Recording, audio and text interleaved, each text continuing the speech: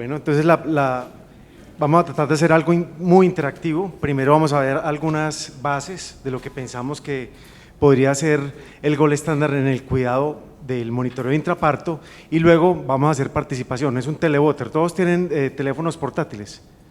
Muy bien, entonces todos van a alzar la mano cuando yo les diga. Bueno, para que no se preocupen.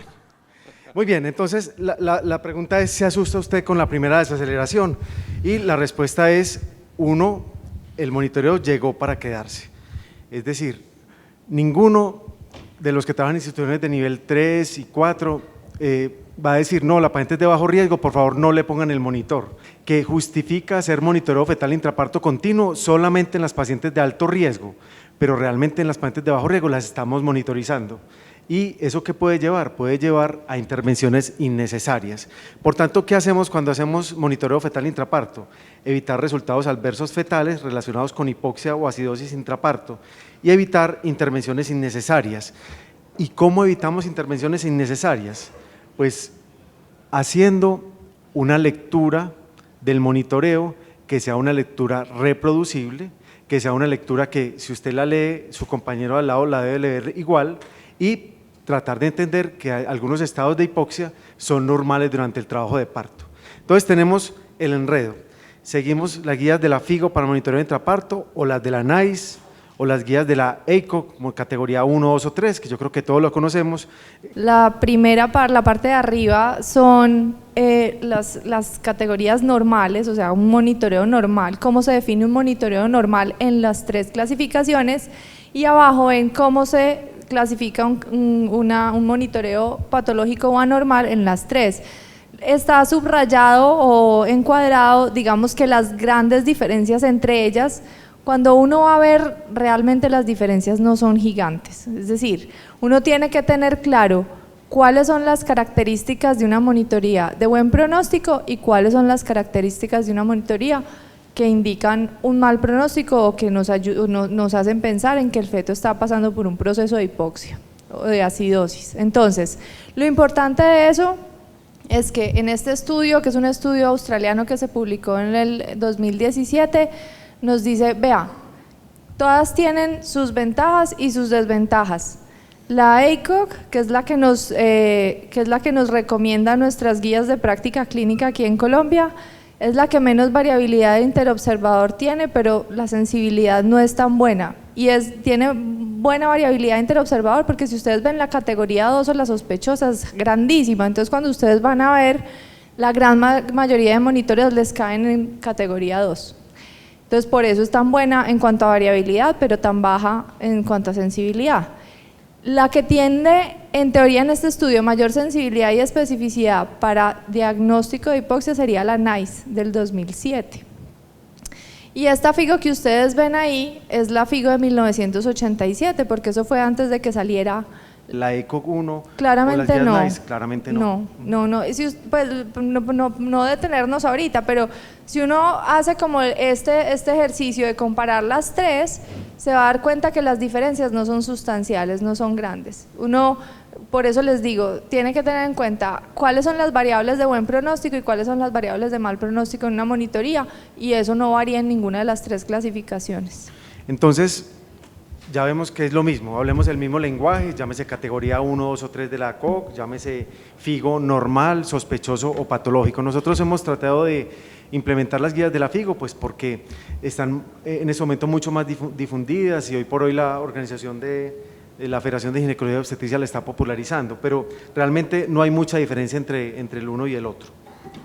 Estas guías son de libre acceso, el material que van a ver acá, la mayoría es de libre acceso y se permite para material docente, ahí lo pueden bajar, yo creo que muchos de ustedes son profesores y lo pueden también replicar con sus compañeros y del servicio. Muy bien, entonces, uno con el monitoreo fetal debería sugerir unas intervenciones en unos estados tempranos de hipoxia o de acidosis que pueda prevenir resultados adversos neonatales. Dame la otra. Y hay que evitar el resultado adverso. La vigilancia fetal siempre requiere de una respuesta clínica oportuna y de disponibilidad del equipo adecuado y de personal entrenado. Es decir, para nada sirve usted ver un monitoreo categoría 3 o un monitoreo patológico si usted no hace ninguna intervención. Por tanto, eso es lo que pasa desde el punto de vista médico-legal, como queda el registro y cuando uno revisa retrospectivamente dice, pero es que este era categoría 3, ¿por qué no hicieron ningún tipo de intervención? Entonces, existen varias propuestas de intervenciones que se pueden hacer. Entonces está el protocolo de reanimación fetal intrauterina, que es básicamente, como lo vamos a ver, para categorías 2 de mal pronóstico o sospechosas de mal pronóstico y para trazados patológicos. Entonces se sugiere cambio de la posición de la paciente, si la paciente está recibiendo uterotónicos, suspender o disminuir el uterotónico, llámese oxitocina o prostaglandina, bolo de cristaloides endovenoso, oxígeno suplementario, en caso de ser ya digamos identificada una causa específica como una taquicistolia, pues podemos acudir a la tocolisis, o si es causada el trazado anormal por una hipotensión materna, pues tratar la hipotensión materna, amniinfusión y pujo intermitente. Digamos que serían como todas las herramientas pues que tendríamos para mejorar esos trazados al encontrarlos. Pero entonces, Arturo, ¿hay que hacer reanimación fetal en todas las pacientes o solamente en algunas? Si usted tiene una abrupcio, un prolapso de cordón, ¿qué es lo que hay que hacer? O el oxígeno, que es muy debatido, son pacientes que les ponen el oxígeno desde que están en 3 y uno las encuentra en 10 de dilatación con oxígeno. ¿El oxígeno tiene algún papel o no? Bueno, entonces, pues ahí es muy importante tener claro el concepto de que el oxígeno en dosis elevada, porque el oxígeno es un medicamento. Entonces, viene el diagnóstico de categoría 2 o 3, que ahora vamos a hacer algunos ejercicios, y es el que hay que tener claro de que en ese momento vamos a empezar a utilizar el oxígeno, y es muy importante también dejar claro que el oxígeno que nos sirve es el que se utiliza con cámara con reservorio, o sea que haya no reinhalación, o sea, no sirve la cánula nasal. Y debe estar más o menos de 10 a 15 litros por minuto. Aplicamos el oxígeno, aplicamos las maniobras de reanimación y lo que está descrito en la literatura hoy es que debe estar por 10 a 15 minutos. ¿Por qué? Porque usted en 10 a 15 minutos es que debe tener resuelto el problema. Y si usted aplica más oxígeno, eso aumenta la producción de radicales libres en el feto y en el neonato, que después van a producir daño hepático, daño neurológico. Por eso, lo que dice José Enrique es cierto. Hay pacientes que iniciamos la oxigenoterapia para una reanimación intrauterina porque tiene un monitoreo fetal categoría 2 o 3, y por alguna situación del servicio, por congestión del servicio, o puede ser porque el equipo de trabajo olvide que el oxígeno está aplicado en la paciente, continúa por mucho tiempo y ya después son los bebés que, a pesar de que nacen bien, después de 15 o 20 minutos del nacimiento empiezan a hacer efectos deleterios por el aumento en los radicales libres. 10 a 15 minutos máximo el oxígeno. Entonces, Catalina, ante la primera desaceleración corremos como unos desquiciados a hacer una cesárea emergente. ¿Qué es una cesárea emergente? ¿Qué es una cesárea urgente? ¿Tú cómo puedes, digamos, valorar esto en tu servicio? Bueno, entonces lo primero que uno tiene que mirar, ya vamos por pasos. Primero hicimos una clasificación del monitoreo. Segundo, miramos si da lugar o no a maniobras de reanimación intrauterina, que ya vimos cuáles son y ahorita más adelante vamos a especificar un poquito más a cuáles le vamos a hacer esas maniobras o no. Ya cuando defino que o no le sirven las maniobras de reanimación in útero o definitivamente es una paciente que no es candidata a maniobras de reanimación in útero, como por ejemplo cuando tengo una causa irreversible de estado fetal insatisfactorio. Un ejemplo de una causa irreversible es una ruptura uterina, un prolapso de cordón, son patologías que no le dan tiempo a uno para reanimar, entonces uno tiene que saber qué paciente tiene al frente. Entonces ya una vez uno define una cesárea, tiene que hacer un parto por cesárea.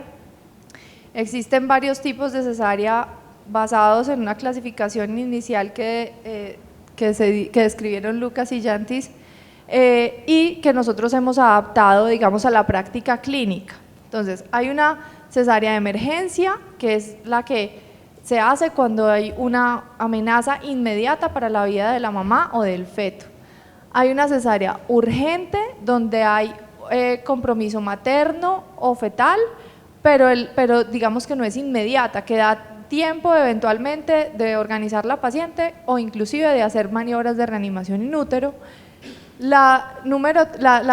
grado 3, que sería la programada básicamente, pero que hay que hacerla, por ejemplo una paciente precesariada que llega en 3 de dilatación, pues que usted no va a correr a hacerla ya, pero que pues hay que hacerla hoy. Y la 4 es la electiva. Entonces, fíjense que si uno tiene esta categorización de las cesáreas, uno puede organizar su servicio de acuerdo a qué tan urgente es la cesárea. Y claramente en un servicio de cirugía, pues van a pasar primero las categoría 1, después las categoría 2, después las 3 y después las 4. Hay unos tiempos óptimos pues mientras uno decide la cesárea y el bebé nace, que dependen obviamente de la categoría que yo elegí para esa cesárea. Entonces, si es una categoría 1, o sea, una emergente, pues ese niño tiene que nacer ya. Y yo tengo que contar esos tiempos en mi servicio. Entonces, yo anoto la hora en la que yo decidí la cesárea y anoto la hora en que nació el bebé, y casi que tienen que pasar menos de 15 minutos si es una emergente. La urgente sí nos da un tiempo entre 10 y 75 minutos según los estudios y la literatura, para nosotros optimizar el estado del feto en la mayoría de los casos antes de que nazca. Esos, digamos, la mayoría de los estados fetales insatisfactorios serían una cesárea urgente, y la mayoría de ellos nos darían tiempo para hacer maniobras de reanimación in útero y optimizar su estado antes de que nazca. Entonces, este cuadrito es muy importante, porque ya una vez nosotros estamos hechos unos tesos en leer monitoreos fetales, tenemos es que saber qué hacer con ellos, no nos podemos quedar con la lectura. Entonces, claramente una categoría 1 o un trazado normal, pues vamos a hacer un manejo de rutina porque es un trazado tranquilizador. Las categorías 2 o los sospechosos y las categorías 3 nos obligan a nosotros a identificar una causa. En muchas oportunidades vamos a ver que es una causa desconocida, no vamos a poder saber por qué se presentó este estado fetal insatisfactorio o este trazado. Vamos a ver en otros casos que hay causas reversibles, como por ejemplo la taquicistolia, la hipotensión materna, cosas que yo puedo corregir, la compresión de cordón eventualmente, y las causas irreversibles de las que ya hablamos, como el prolapso de cordón, la ruptura uterina. Entonces, es en esos dos grupos donde nosotros vamos a evaluar si vamos a aplicar las maniobras de reanimación in útero o no. No, yo quería solamente hacer una anotación, y es que recuerden que cuando hablamos de las categorías de clasificación de cesárea, que están clasificados de 1 a 4, no tiene que ver con la clasificación de los monitoreos fetales. Hago la anotación porque en un curso previo hubo, digamos, alguna discusión alrededor de por qué utilizábamos la misma semántica, pero es importante entender que es diferente la clasificación de cesáreas a la clasificación de monitoreos.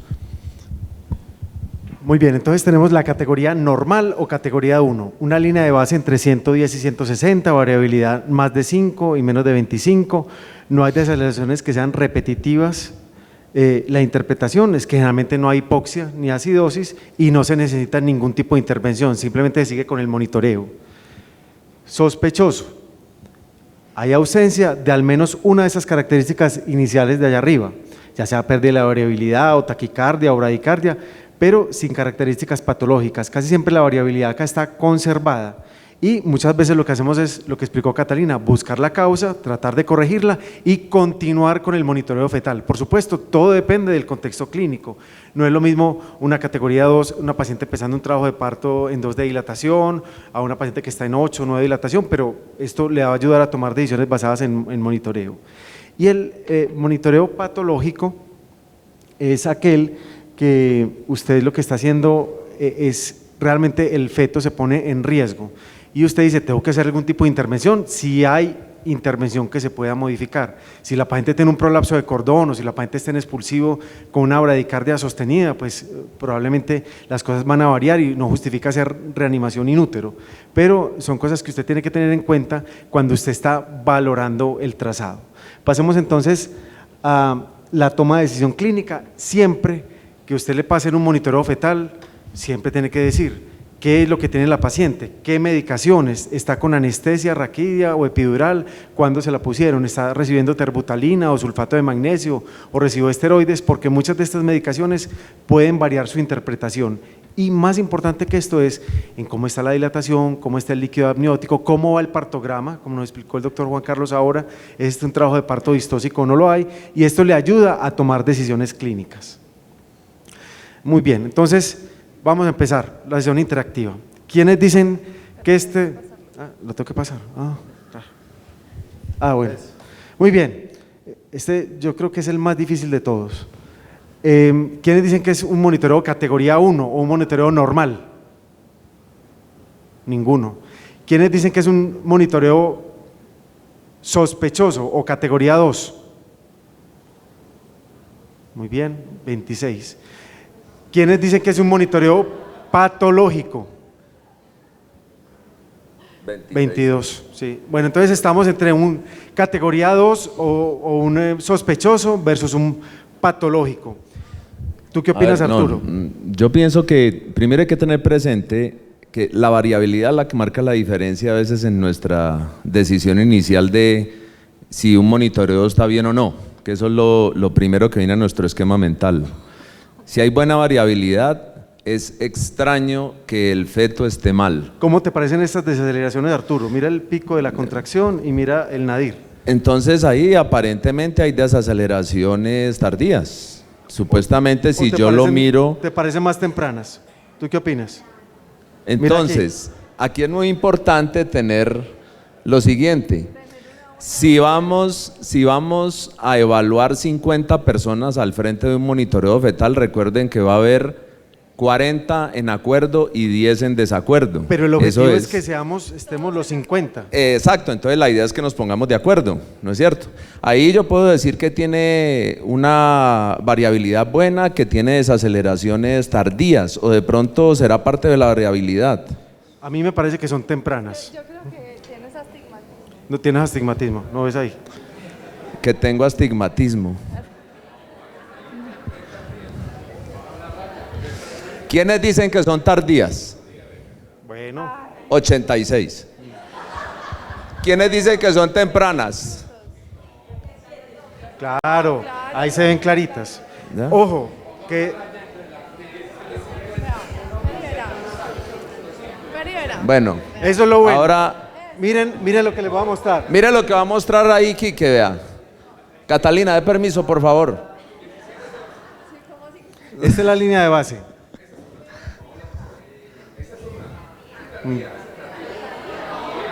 Oiga, ¿sí ven la perpendicularidad de Catalina? Bueno, alguna persona cree que este monitor independiente en este contexto clínico, una paciente que está en 5 dilatación, que está con oxitocina, que está 4 o 5 contracciones en 10 minutos, alguna persona cree que este es un monitoreo que hay que correr a esta primera desaceleración. De acuerdo a las guías de la FIGO, tiene buena variabilidad. esto es un monitoreo categoría 1. ¿Listo? Eso. Es decir, un monitoreo normal. Es lo que hay. Esto es sacado del documento docente y estas son las diapositivas con las cuales nos han enseñado a todos. No, pero realmente, miren bien, tiene buena variabilidad en todo el trazado. Digamos que las disminuciones que hay de la… Catalina quiere decir algo. No, mire, puede ser, ahí está, pues esa es la gran falla de las clasificaciones. Claro. Pero fíjense una cosa, hay dos cosas importantes. La variabilidad es buena, eso sí nadie lo va a debatir, ¿cierto? Eso es de verdad que la variabilidad es buena, aquí que estamos cerquita.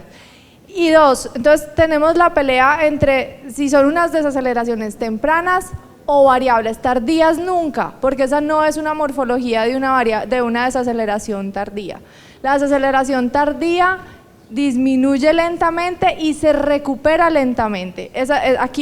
Aquí esto se ve una caída baja, pues, rápida, y una recuperación muy rápida también. Y la verdad es que yo sí las veo en espejo, pero puede que algunos de ustedes no. Entonces podemos estar entre variables y tempranas. Esto está entre categoría 1 y categoría 2 de buen pronóstico. Y miren que ahí, cuando vamos a tomar acciones, ¿quién de ustedes con una buena variabilidad y unas desaceleraciones tempranas o variables de buen pronóstico hace algo diferente a observar a la paciente? En teoría no. Es que digamos, ese es el objetivo de esto. Hay que perfeccionar el sistema de clasificación, de acuerdo. Esta se la voy a poner más fácil entonces, Catalina, porque yo creo que esta sí no va a haber tanta controversia. Listo. Paciente en 5 dilatación, le rompieron membranas, meconio fluido, paciente con un partograma que va normal y la paciente presenta este tipo de desaceleraciones. ¿Quién dice que es normal o categoría 1? 2 personas. ¿Quién dice que es sospechoso o categoría 2? 25. ¿Quién dice que es patológico o categoría 3?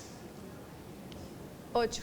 3 personas. Muy bien, entonces parece que más un categoría 2. ¿Tú qué opinas, Catalina? Cuéntanos a ver. Yo creo que es una categoría 2 también. Y creo que es una categoría 2 por varias características. Lo primero es que tiene una variabilidad normal, o sea que eso me lo saca de patológico, o de categoría 3, tiene una variabilidad normal. Lo que nos asusta son las desaceleraciones. Miremos la morfología de las desaceleraciones y la relación con las contracciones. Entonces son desaceleraciones que bajan rápidamente y se recuperan rápidamente, y están en relación variable con las contracciones. Para mí claramente son desaceleraciones variables y por la morfología. Lo único que no me gusta es que son recurrentes, que están con más del 50% de las contracciones. Entonces, ¿tú qué harías? En esa paciente está en 5, pues cesárea, más pitocin, o ¿qué le harías a esa paciente? No, entonces es una categoría 2 que tiene buena variabilidad, o sea, yo estoy relativamente tranquila. Entonces yo puedo aplicar de manera progresiva medidas de reanimación in útero para tratar de disminuir esas compresiones de cordón que están ocurriendo de manera variable con las contracciones. Entonces puedo cambiar la paciente de posición, ya sea de cúbito lateral derecho o izquierdo. Puedo aplicar un bolo de cristaloides de 1000 cc, que es lo que está descrito, a menos que esta paciente sea preeclámptica o cardiópata. Eso es lo segundo que voy a hacer. A esta señora no le voy a poner oxígeno. ¿Por qué? Porque tiene buena variabilidad, entonces no tendría indicación de ponerle oxígeno. Y le voy a suspender la oxitocina, porque muy probablemente, si ustedes cuentan, va a tener criterio de taquisistolia, y muy probablemente eso es lo que está produciendo esas desaceleraciones variables recurrentes. Entonces eso es lo que yo haría en principio, y esperaría un tiempo prudente, que no serán más de 15 minutos, a que se recupere el trazado de monitoreo. Eso haría yo. Muy bien, entonces esta sí está más fácil. Paciente con RCIU, preeclámptica, 37 semanas, el doctor le puso misoprostol 25 microgramos para inducción del parto, y la paciente está en 2 de dilatación, pero con un cuello largo, cerrado y posterior. ¿Quién dice que es un categoría 1 normal? 1. ¿Quién dice que es un categoría sospechoso? Ninguno, por fin estamos de acuerdo. ¿Y quién dice que es un patológico o anormal? Hay gente que no vota, no opina. Sí, no. Muy bien. Pues yo conté 116. 116. Cuéntanos, Arturo, ¿tú qué opinas de esto? Bueno, entonces ahí, como diría alguien claramente, no, pues ya de una arranque, porque tiene 0 variabilidad, que es lo que marca la pauta en el feto que está realmente hipóxico, que es la variabilidad. ¿Le pondrías oxígeno, Ahora, autoinhibidor? entonces, en este momento la paciente, lo importante aquí es, corran y móntemela. A este feto hay que reanimarlo. Qué bueno que el feto pueda tener reanimación antes de cualquier acto que usted vaya a realizar. Entonces, cesárea emergente o urgente. Entonces, la idea es que es una paciente que tiene una cesárea emergente. que es una paciente que es un feto que necesita primero ser reanimado antes de hacerse cirugía.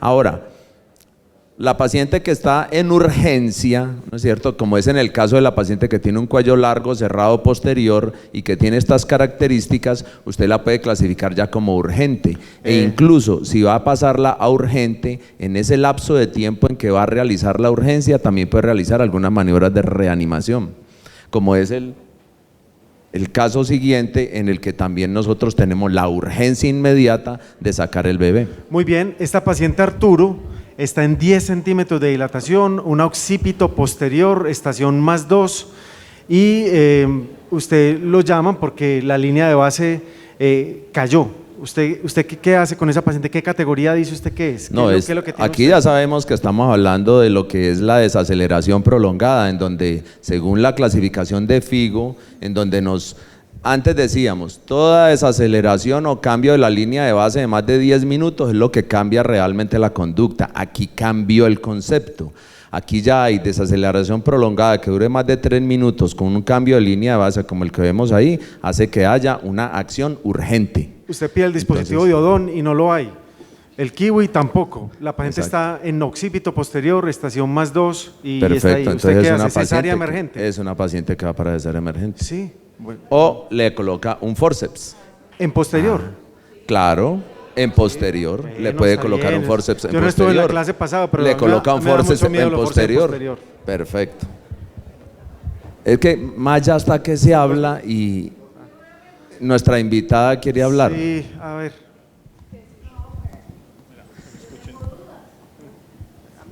No, tengo una pregunta porque en lo que mostraron, ¿cuál es el papel real de la nitroglicerina, ¿sí?, en la reanimación in útero? Porque creo, nosotros vemos con cierta frecuencia pacientes en policistolia que a pesar de que usted le suspenda el medicamento, tiene una probabilidad muy alta y necesita una reanimación muy agresiva uteroinhibiéndolas. Entonces, quería preguntarles ustedes qué opinan de la nitro. Es un potente uteroinhibidor para periodos cortos, pero que también tiene efectos adversos como la hipotensión.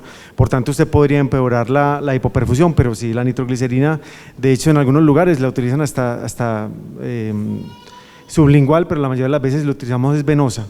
Cuando pacientes con taquisistolias, la nitroglicerina como uteroinhibidor también la utilizamos como relajante del útero en fetos en podálica con extracciones difíciles. Por tanto, es un buen relajante del músculo, pero desde el punto de vista del trabajo de parto se puede asociar a hipotensión.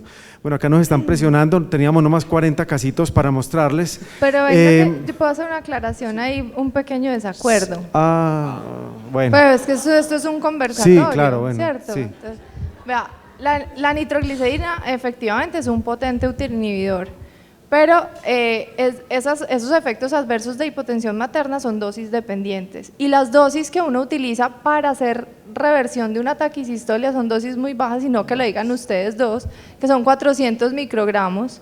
Eso no va a tener un efecto, digamos, sustancial sobre la tensión o la presión arterial. Entonces, uno puede utilizar esa dosis, 400 microgramos de nitroglicerina endovenoso directo, sin miedo, y eso tiene digamos, un efecto, digamos, de resetear el útero, porque tiene un periodo de acción muy corto. Entonces, el riesgo también de atonía uterina, después si usted tiene que correr con esa señora por una cesárea, es mínimo. Entonces, nosotros sí lo usamos mucho.